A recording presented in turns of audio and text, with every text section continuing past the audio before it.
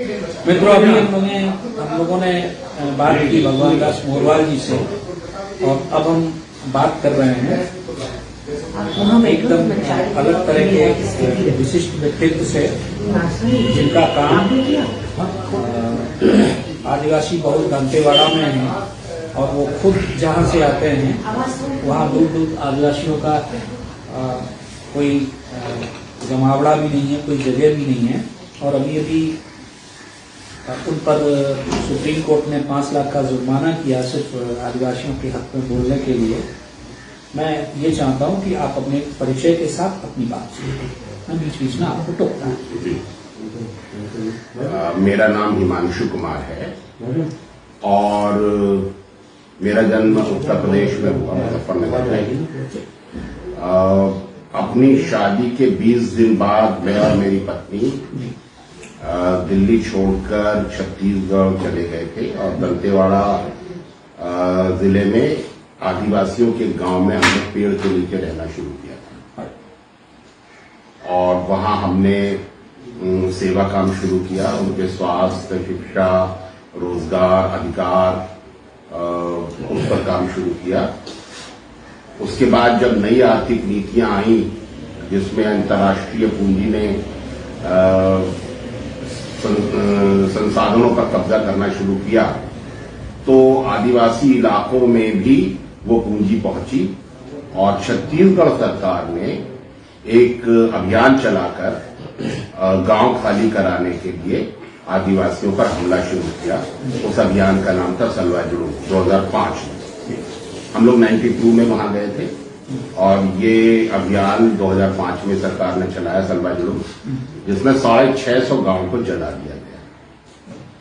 हजारों आदिवासियों की हत्या हुई, हजारों आदिवासी महिलाओं सुरक्षा बलों ने बलात्कार किए, बच्चों को मारा गया, बुजुर्गों को मारा गया, फसलें जलाई गई, घर जलाए गए। और उसके बाद सुप्रीम कोर्ट ने फैसला देकर के इसे गैर संवैधानिक घोषित किया, और इस पर रोक लगाने की मांग की। सरकार ने वहां 5000 लोगों को हथियार दे दिए थे, और उनको स्पेशल पुलिस ऑफिसर का ओहदा दे करके सारे कानूनों से परे, हाँ, तो उन्होंने ये सब किया। और साथ में सिक्योरिटी फोर्सेस, पैरामिलिट्री फोर्सेस थी, पुलिस थी, तो वो सब हम लोग कोर्ट में लेकर गए, और जमीन पर भी हम लोगों ने मानवाधिकारों के मुद्दे 519 मामले में कोर्ट में ले गया। सरकार ने जो गांव जलाए थे, उजाड़ दिए थे, विस्थापित कर दिए थे, उन गांवों को हम लोगों ने दोबारा बसाया, और उसके बाद फिर सरकार हमसे नाराज हो गई, और मेरी 5 बार पुलिस ने हत्या की कोशिश की। अंत में 2010 में मुझे वहां से निकाला गया, तड़ीपार कर दिया गया। मैं 9 साल नहीं जा पाया। उसी समय का एक मामला है सुकमा जिले के गोमपाड़ जिले के गांव का, जहां 16 आदिवासियों की हत्या हुई थी, और जिसमें 1.5 साल के बच्चे का हाथ काट दिया गया था, उसकी मां के सर में चाकू मार दिया गया था, उसकी 8 साल की मौसी का गला काट दिया था, उसकी नानी के ब्रेस्ट काट दिए थे, नाना की हत्या कर दी थी। तो उस मामले को में वो आदिवासी हमारे पास आए थे, और हम लोग नालसा के मेंबर थे, national legal aid services authority, supreme court की संस्था है। और हमारा काम था कि हम आदिवासियों को समझाते थे कि अपनी गरीबी को, अपनी न्याय प्राप्ति में बाधा मत बनने, तो आपके साथ अन्याय हो तो आप कोर्ट आओ। और ये काम हम जजेस के साथ मिलकर करते थे।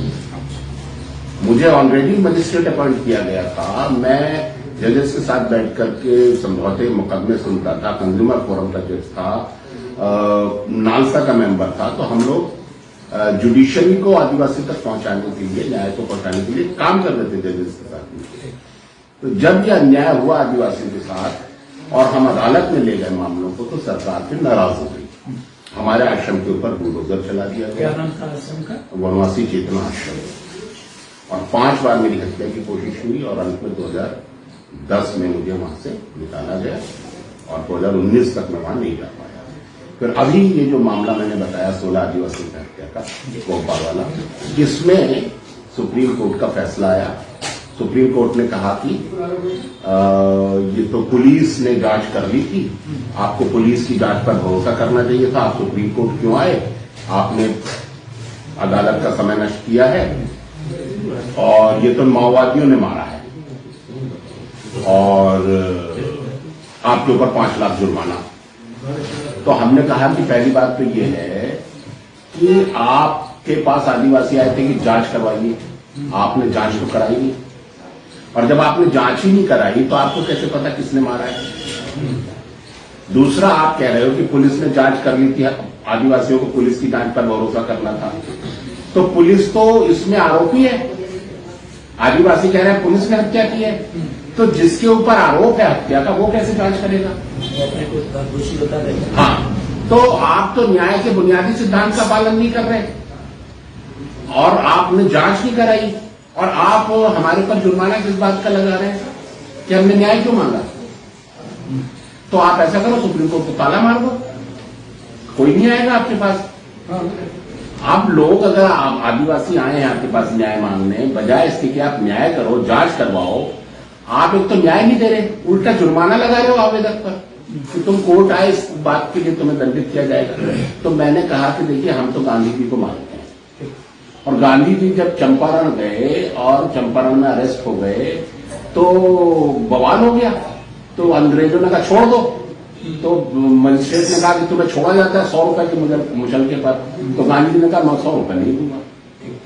तो मजिस्ट्रेट की बेइज्जती हो गई, कहने लगा अच्छा तुम्हें ऐसे ही छोड़ा जाता है, छोड़ दिया उनको। तो हमने कहा भाई, हम जो है आपके इस फैसले को अन्याय मानते हैं, और आपका जुर्माना देने का मतलब है मैं ये कबूल कर लूं कि मैंने गलती की है। गलती तो है नहीं, मुकदमा बिल्कुल सच्चा है, हत्या हुई है, और आपने जांच की मांग नहीं करी गलती पर, तो आपको तो हम जुर्माना नहीं देंगे। और मैंने कहा आप बदले में जेल में डालोगे। अच्छा, मैंने एक और बात कही, मैंने कहा मेरे पिताजी जो थे उनको मंत्री पद दिया गया और उनको जमीन बांटने का काम दिया गया, उन्होंने 20 लाख एकड़ जमीन बांटी, लेकिन मेरे पिताजी भूमिहीन रहे। मेरे पिताजी के पास ना कोई जमीन थी ना मकान था। प्रकाश भाई, वो गांधी जी के आश्रम में रहे, स्वतंत्रता संग्राम सेनानी थे। तो मैंने कहा मेरा भी दुनिया में ना कोई मकान है ना कोई जमीन है। मैंने कहा अगर कोई सुप्रीम कोर्ट का जुर्माना ना दे तो सुप्रीम कोर्ट उसकी संपत्ति कुर्क कर लेता है। मैंने कहा मेरे पास तो कुछ है ही नहीं, आप मेरा क्या बेच लोगे? तो मेरे पास तो मेरा शरीर है, आप इस शरीर को उठा के जेल में डाल सकते हो, डाल दो, लेकिन मैं आपका जुर्माना नहीं दूंगा। इसको मैं अन्याय मानता हूं। और उसके बाद आदिवासी दिल्ली आ गए, वो बच्चा आ गया जिसका हाथ काटा गया था, वो माएँ आ गई जिनके बच्चों की हत्या हुई थी, वो पत्नियां आ गई जिनके पति को मार डाला गया था। इस तरीके से उसके बाद दिल्ली में फिर जंतर मंतर पर, जेएनयू में, दिल्ली यूनिवर्सिटी में, और धरने प्रदर्शन हुए, जन सुनवाई हुई जिसमें दिल्ली हाई कोर्ट के retired chief justice AP Shah और अंजना प्रसाद पटना हाई कोर्ट की रिटायर्ड जज वो आ गई, कपिल सिब्बल आ गए, प्रशांत भूषण आ गए, और इन सब ने फिर इस फैसले की निंदा की, उसका आलोचना हुई, और उसके बाद तब से अभी तक सुप्रीम कोर्ट ने इस मामले पर कोई आगे कार्रवाई नहीं की है। बहुत बहुत धन्यवाद। ऐसे कम समय में हमने इतनी गंभीर बातें करी, और हम चाहेंगे कि आप जल्दी हमारे चैनल को बुलाएं। हम लोग का फुटेज है, चाहेंगे। हाँ, मैं सोनी जो आदिवासी कार्यकर्ता हैं वो मेरी साथी हैं, मेरी छात्रा भी नहीं है, और उनका पूरा जो जब वो गिरफ्तार हुई थी उनका पूरा कैंपेन चलाने में हम लोग थे। आज भी हम लोग उनके साथ काम कर रहे हैं। एक नहीं है, 2 भाई। धन्यवाद चैनल की तरफ से। आपकी राजधानी एक्सप्रेस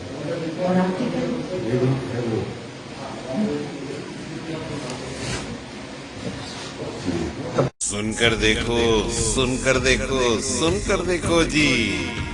ममता राहुल मोदी बोले, लिखे जितेंद्र जी।